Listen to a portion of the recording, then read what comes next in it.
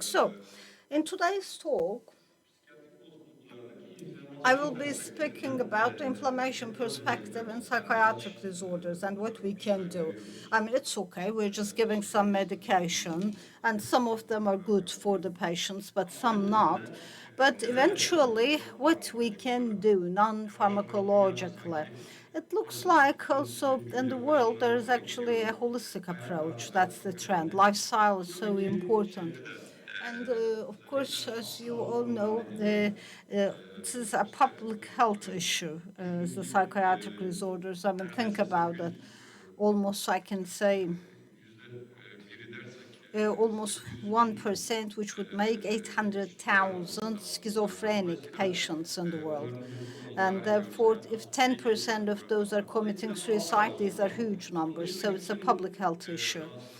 And of course, the same for all other disorders. Depression, as you all know, is quite common, and that is also a risk for suicide. So it is as much important as COVID-19 as a public health issue.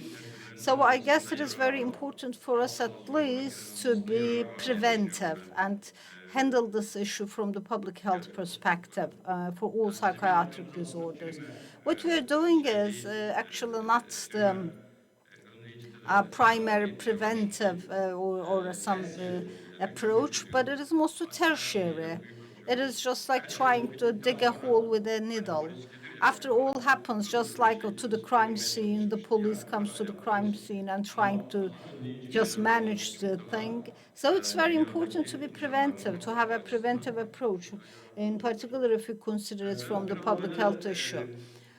In my talk, I mean, it is from the philosophy of science that I will deliver my presentation. We all know the traditional knowledge. There is no point in repeating them. So maybe I will try to urge you to think. Who is a human? Actually, in 40 weeks, 30 trillion cells come together. It's actually a miracle, great. I mean, 30 trillion mass of cells all differentiate and somehow, just like this, 200 different types of cells, and eventually end up in a human. And human beings are not alone. On the earth, we have viruses, bacteria, allergens, and all. Uh, it is actually maybe better to ask how we survive rather than how we get a disease. It's all about our immune system that starts to develop in the fetus, starting from the neonate. The thymus, for example, so important for as an organ. And of course, it is rudimented, but we have too many other organs responsible for this.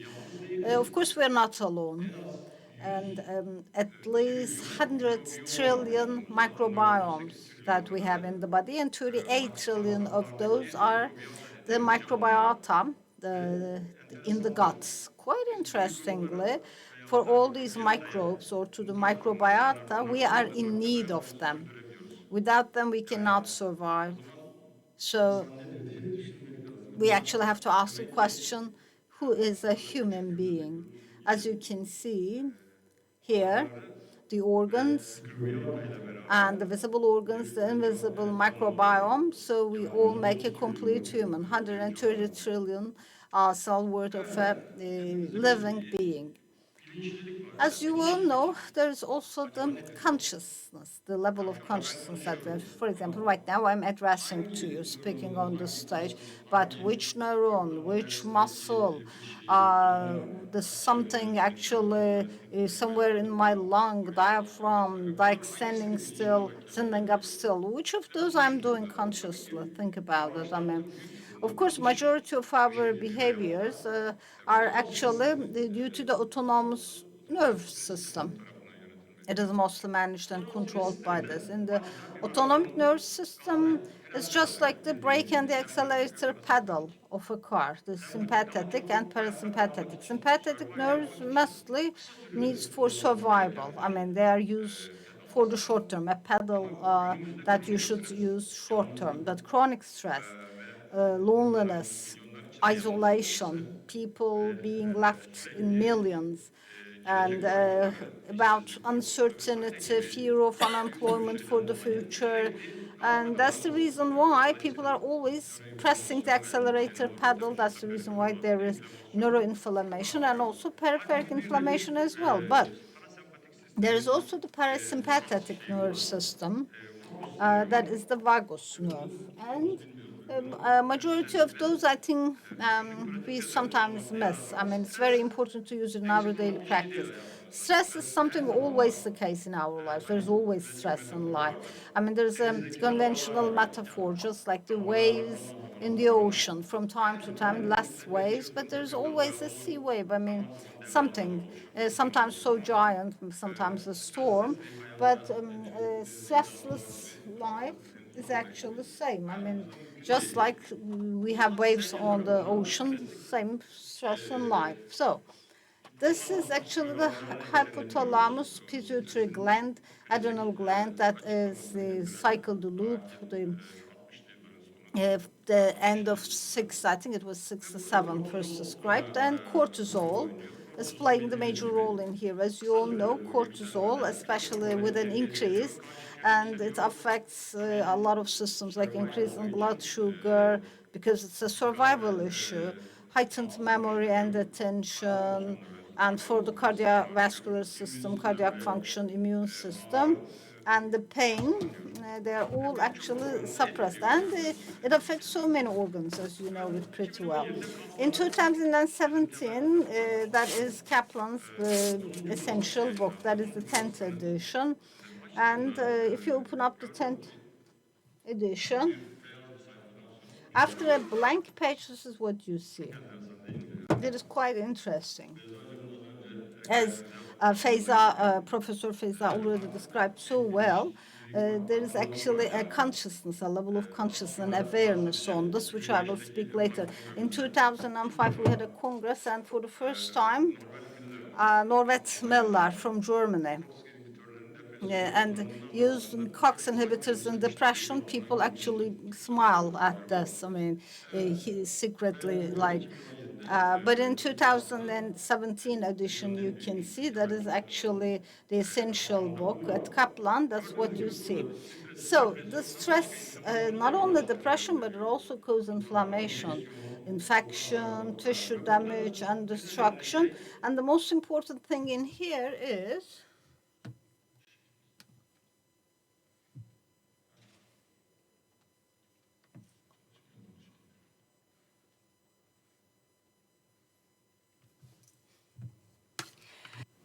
Yok o değil. Onu değil mi? Onu ha. Orada gözükmüyor. Hocam ne ekranda gözükeceğini. Neyse. Evet, burada görüldüğü gibi here, as you can see,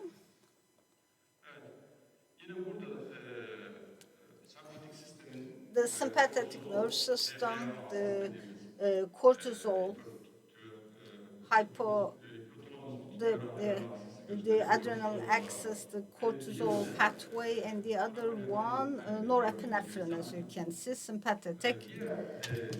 And it's actually the vagus that affects. And you can see the pro-inflammatory cytokines that we are speaking about. So they are directly linked to stress. evet. Verme. Erik Here, as you can see, Rossi, quite a prominent individual. I don't know if still alive or not, but an older book, I think 10 or 15 years ago. I think it was the end of the 19s that the book published. And quite interestingly in here, as you can see, using the very same thing, the mind, the brain, but the body, and the cells down to the molecules, it is possible to observe this. These are the different effects of stress on the human body. What I'm trying to tell to the patients is that it's okay. The brain is controlling and managing the body, but what is actually managing the brain? Think about an automated factory doing a production. Brain is as such. And with the nerves, with all the cables connected to each other, and they are all trying to do something for a specific purpose. But who is actually managing the brain? It is the mind, a program, a software, and the other the hardware. And that's the reason why the use of both together is something that really makes sense. I believe that's where the therapies are actually going through. So these are stress responses, as you all know. It's actually a nice slide. As you can see, the flight, fight, and the vagus, as you can see. It's important to focus on the vagus, the sympathetic system. And of course, you can see all the symptoms there. So neuroinflammation, already very well discussed by Professor Feyza at the molecular level, at the neuroscience, through a neuroscience approach. So I'm not going to get into the details on this, but looking at this, chronic stress is at the very top, as you can see. Then bad nutrition habits. And in relation to this, of course, intestinal inflammation, exposure to pesticides, in particular food contamination, heavy metals, air pollution, water pollution, environmental pollution, and viral infections. I think carbon emission can also be included under this. So, at the periphery, as we all know, we have the immune system cells. In the brain, microglia and astrocytes, and Feyza already discussed them in detail. Both of the systems, the brain and the periphery, they're interacting. Anything that happens in the brain, any neuroinflammation affects the body, or vice versa. Anything in the body, any inflammation in the body affects the brain. It is most of the, again, somatopsychic diseases. So it's quite an interesting study from New Zealand by Dundee, and in the children born in 1973 and 1037 Dunedin, and they follow until age 45 adulthood. This is a study published in 2015, and childhood traumas were associated with significantly elevated inflammation in adult life, with increased C-reactive protein, fibrinogen levels, and leukocyte count. And other studies are also confirming these results. As I told you, stress or the disease caused by stress affects the entire body. Psychosomatic or somatopsychic diseases. This is what we know from the very beginning. Likewise, as Professor Feyza already discussed, you can see how stress affects microglia, how astrocytes are activated, and how the inflammatory cytokines are also activated. This is what I told you. It's from 2005. That was our very first congress in Istanbul, and Norbert Müller joined us, and neuropsychoimmunology, and mentioned the COX-2 inhibitors, and which is good for depression. People actually, in a way, loved that, and we can say initially. This is always how it works. I mean, initially there is actually a reaction. And then maybe we were a bit late, but still, Feyza, Sardar, together with these professors, we published articles, and both in schizophrenia and depression, we focus on this. This is our bulletin, our own bulletin. So COVID, of course, we observed it more. It's just like what neurologists are saying, the fog, the brain fog. So neuroinflammation is not only for certain psychiatric disorders, but they also can lead to neurological diseases. It's also evidence from Huntington's to Alzheimer's to Parkinson, and therefore neuroinflammation is linked to depression and so many others. So how do we know it? I mean, between depression, what is the relationship between inflammation and depression, how we observe it? At one side, in the form of symptoms. For example, once there's inflammation, there are depressive symptoms like pain, fatigue, sleep disturbances, and depressive mood. And in depressed patients, the pro-inflammatory cytokines are increased, are elevated. As I told you, COX-2 inhibitors are beneficial in depression. Faiza already discussed them in detail, so I will skip them. So back to, again, the very same slide. The vagus nerve is actually somehow rediscovered. That's what we're doing right now. Actually, vagus, the vagus stimulation being performed for the last 30 years, if I'm not mistaken.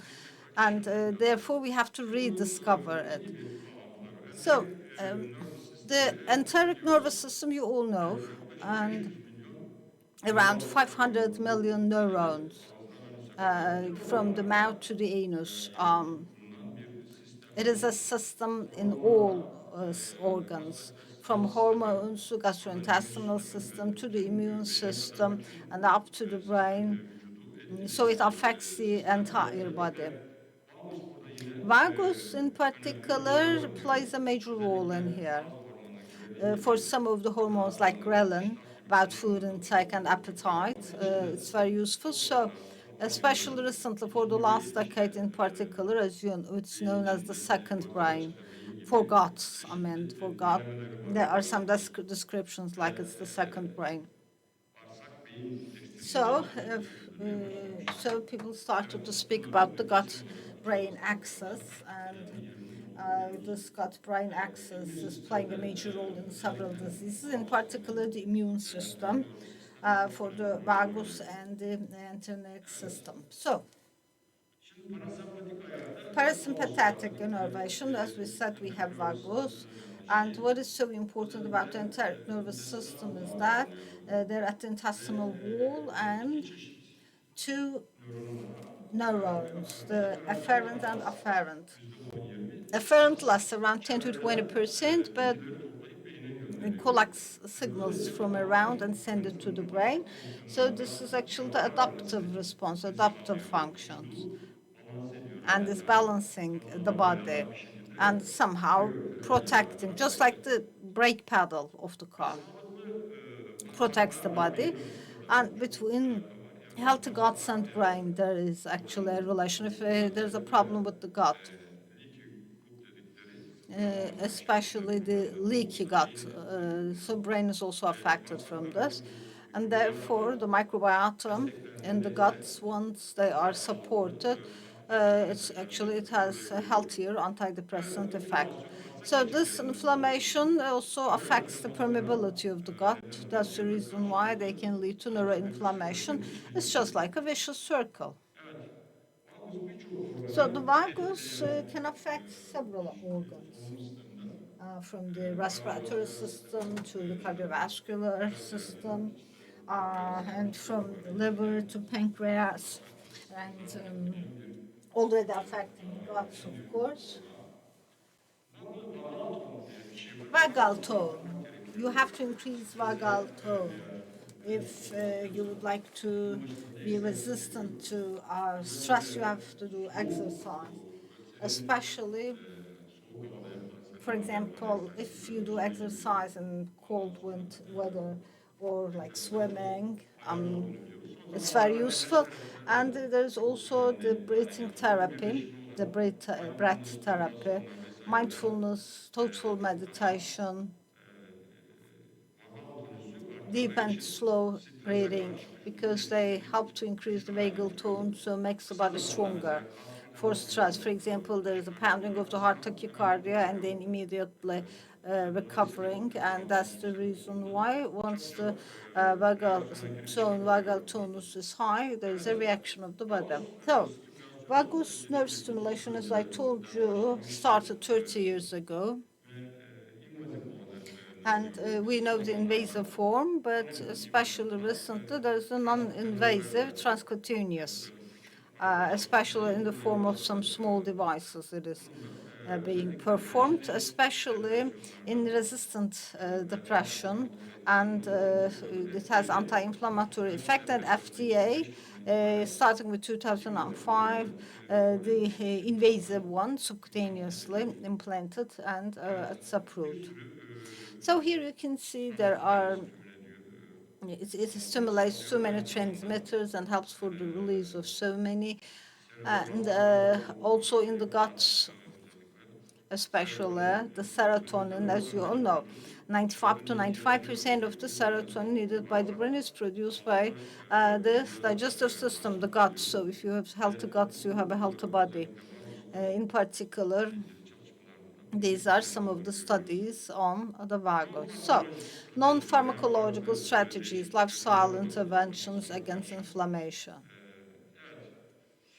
So, breathing, as you all know, normally 12 minutes. If you do deep and slow breathing or diaphragmatic breathing, so there's a slowdown. Also in panic, you observe this, for example. We, for example, ask them to hold the breath, and then the heartbeat slows down.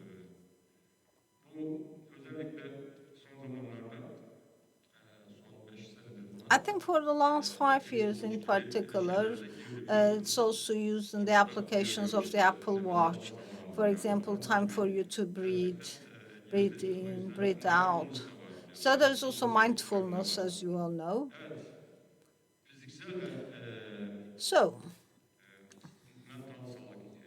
physical and mental health is affected by so many factors of the lifestyle. There are many things that we can do.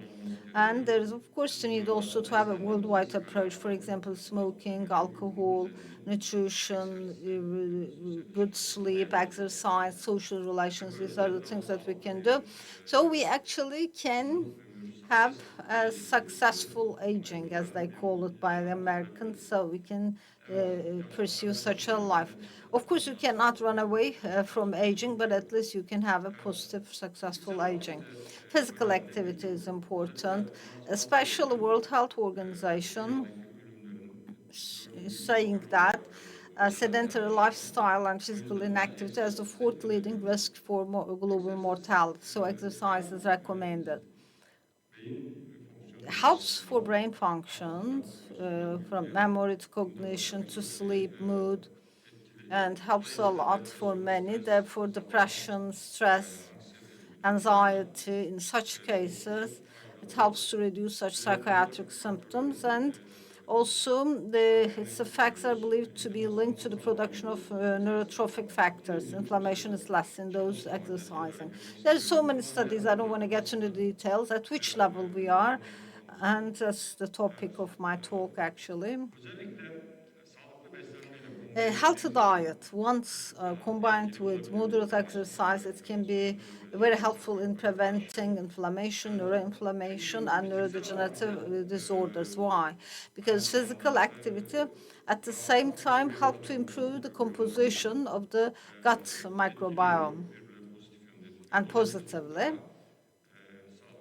So you can actually be more healthy. So, nutrition at the same time is linked to the gut-brain axis. Because, as you all know, once the guts are not healthy, there is gut dysbiosis is associated with so many psychiatric conditions, chronic inflammation in particular, linked to so many neurodegenerative diseases, including bipolar disorder. So, healthy gut, healthy brain, healthy mental health, we can say. So together with Professor Feyza, a study and review that we published. So, the healthy diet, as you have seen, mood is good, but in the standard American diet, as you all know, it is sad, actually. That's how we can summarize it, sad. In particular, Mediterranean diet is very important. There's intermittent fasting, which is also said to be neuroprotective and anti-inflammatory. But there is a confusion, you see. These are the different covers of the Time magazine, the evolution. That's how the nutritional confusion is. So initially, for cholesterol, do not eat egg, and so then from the blacklist back again, cholesterol is a good thing, egg and so, and butter. But today, what I would like to underline about nutrition is the sugar, the saccharose, fructose, glucose, about their consumption, as you all know, reactive hypoglycemia that they lead to. This is a nice slide. I mean, initially, starting after the intake, this is the sable green area, as you can see. There's also no weight gain. We just eat, no fat storage, and then another meal. That's how it moves on. Normally, if you, for example, consume carbohydrates, blood sugar, glucose, fructose, once eating from the short chain, there is actually a high elevation in the blood sugar, and to suppress it, and as a response to this, then there is over insulin release. So over-release or an overshooting of this. That's the reason why blood sugar goes down that much. And in reactive hypoglycemia, it can go down to 70, as you all know, and in such cases, then the postprandial glucose down to 70, then we can say hypoglycemia. And I always check it in my patients. And the stress hormones, in particular cortisol, started to be released, and there is the insulin, and insulin at the same time initially turn it into triglyceride, the glucose, and then there is the liver, fatty liver, and the visceral fat, mainly. Same for cortisol. Both in once it is high and low, on both sides, it can actually lead to weight gain. So this is also just like a roller coaster. The way to stop it is not to get short chain carbohydrate. So many short chain, because they also have gluten, you know.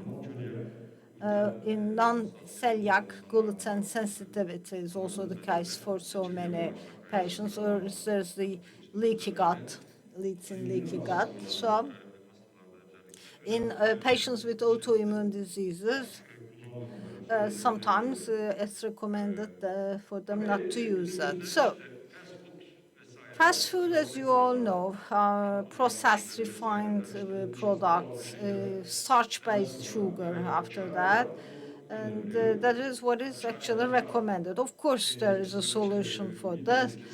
You can actually chop your stomach down, or liposuction. But it is something systemic. I mean, it's inflammation. The vessels are blocked, and cholesterol and all.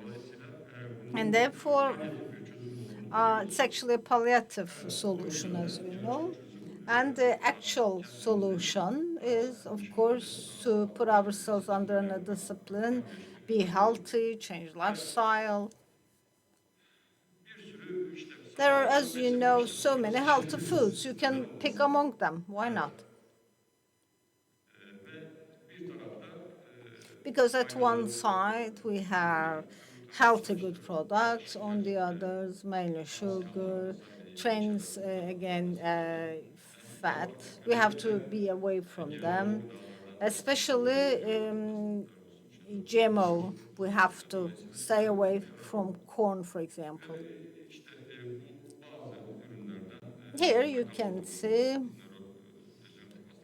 how it is useful in neurodegenerative diseases. So in summary, I would like to say with healthy nutrition plus exercise together, healthy diet and exercise all can help for neurodegeneration and neuroinflammation.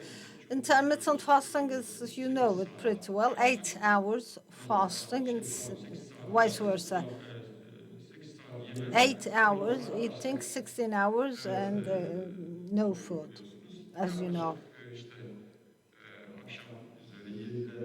starting by 19 hours, you stop eating, and then at 11 o'clock, a late breakfast, and good for microbiota and for physical health, mental health, and inflammation. It is actually proven in animal studies, especially in patients with mild diabetes. Even this is applied, and it's been proven useful. It's not difficult. I mean, I will speak about sleep in a minute. Sleep is also so important, especially today. Actually, there is being subject to light all the time, and we have so many sleep disturbances and sleep disorders. So also in neuroinflammation it plays a major role, plus weight gain as well. So if you, for example, finish eating at 7 in the afternoon, this is the melatonin hour, and then if you sleep, and there is actually a growth hormone, and it is restoring the body. So with an exercise, if time allows, a late breakfast, perfect. In the last 4 hours of the 16 hours, there's the autophagy. And this is, especially in the cells with the DNA damage, the body is actually putting them in the recycle, breaking them up, and then sending them to recycle. And therefore, so many chronic diseases can be prevented, including cancer. What else can we do? Mindfulness is important, as you all know. Mindfulness meditation also helps for inflammation. Telomerase activity at the same time protects the chromosomes. Hypnosis, and we also have Hampton here. Hypnosis at the same time can well be used. In particular, with self-hypnosis, people at the same time try to take their leg out of the accelerator pedal with mindfulness. As the critical factor is bypassed, for example, people are coming and saying, I smoke, but I should not smoke, I cannot help myself. This critical factor of the mind can be bypassed during hypnosis, and therefore it is possible to advise them to quit smoking. In cognitive hypnotherapy, once also combined with cognitive therapy, it's very useful. Because there are some challenges of the cognitive therapy, but not the case in cognitive hypnotherapy. Why? Because that critical factor is bypassed. Therefore, it is, of course, with the intention of the individual. So, Eric, you were the president, right? Yes, you were the president, I remember. That's from the Congress. 19 August, if you pay attention, by the way, the Marmara earthquake. We found out about the Marmara earthquake there in Amsterdam. And Timuçin, Mehmet, Yücel Argun, Tahir, all dealing with hypnosis. You can see in Turkey, hypnosis. So, and David Spiegel, the master. In American Journal of Psychiatry, they published an article, and it was in the cover. Alcohol consumption, this is also important to have less alcohol. And as I told you, of course, pollution, water, air, environment, food, they all increase inflammation, and there's no point in saying that. Here's a study from Japan. You can see once people are outdoors in the forest, and even spending some short time in such an environment helps for reducing inflammatory cytokines. Therefore, the stress is reduced, and the heart rhythm and the blood pressure normalized. Pesticides, as you all know, in food we have pesticides, and around our environment we have pesticides which are linked to neurodegenerative diseases plus psychiatric disorders. It's a major issue. Even you cannot get rid of them by washing the food, even sometimes washing it with water and vinegar, because they're all penetrated, infiltrated into the food itself. So It is also much better to eat less. The less you eat, the less toxin that you can get to your body. Sleep, as I told you, so important. Today we have the internet, social media, and so many sleep disturbances, as you all know. And this insomnia is so common, in particular around among the young people. And as you can see,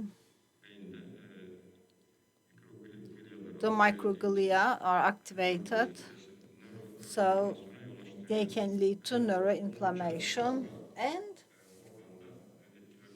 they affect so many different organs, mainly from memory to cognition to the skeletal system.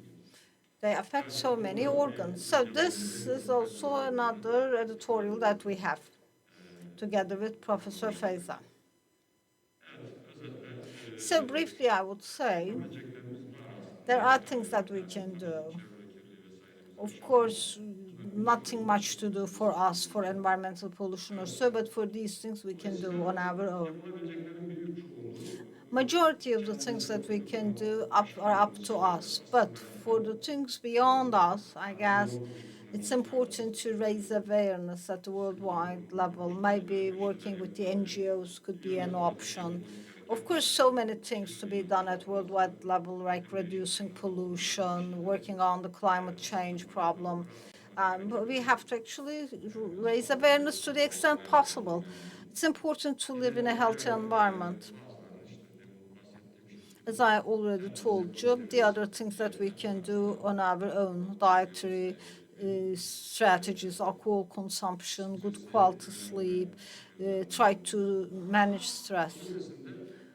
Besides, at the government level, it is important to do things like for healthy, maybe removing taxes on fresh fruits and vegetables, on wholesome goods, and maybe more, controls over food production, having more green spaces, and have more sports complexes in cities, accessible and affordable by the public. It would be very useful. More importantly, our children. It's important to protect them. Looking at so many brands and foods, and I hope they will not sue us, but so many, as you can see, brands are resulting in insulin resistance and then neuroinflammation. So, as you all know, in almost all of them, especially sweeteners, corn syrup, for example, they are from genetically modified organisms, and they all have preservatives and some supplements, and they are sold at school cafes, and innocent children under the age 18 are purchasing those. Just like children under 18 cannot buy cigarettes, must be applicable also for those, both by the families and the governments, by raising awareness, maybe by increasing taxes from the government side. As I told you initially, today, psychiatric diseases must be considered as a public health issue. We should be having more preventive approaches. And this is the only way that we can stay healthy without being sick. Otherwise, our attempts would be so challenging, like looking for a needle in a haystack. So it is just like, for example, not because of having good buildings, people die during even a minor earthquake and results in death of people. Same. We have to do something and take action about this so people will be healthy. Besides psychiatric disorders, we have the metabolic syndrome, cardiac diseases, and it's killing masses of people. So we should be preventive, and we should have more comprehensive approaches as well. So, primum non nocere, above all, as mentioned by Hippocrates, must be our call. So this is the upcoming Congress, and I'm inviting you all. Quite interesting. It is April 22, 25th. It was October, 22nd, 25th October, so 6 months left. We have to be quick. Thank you very much for your attention.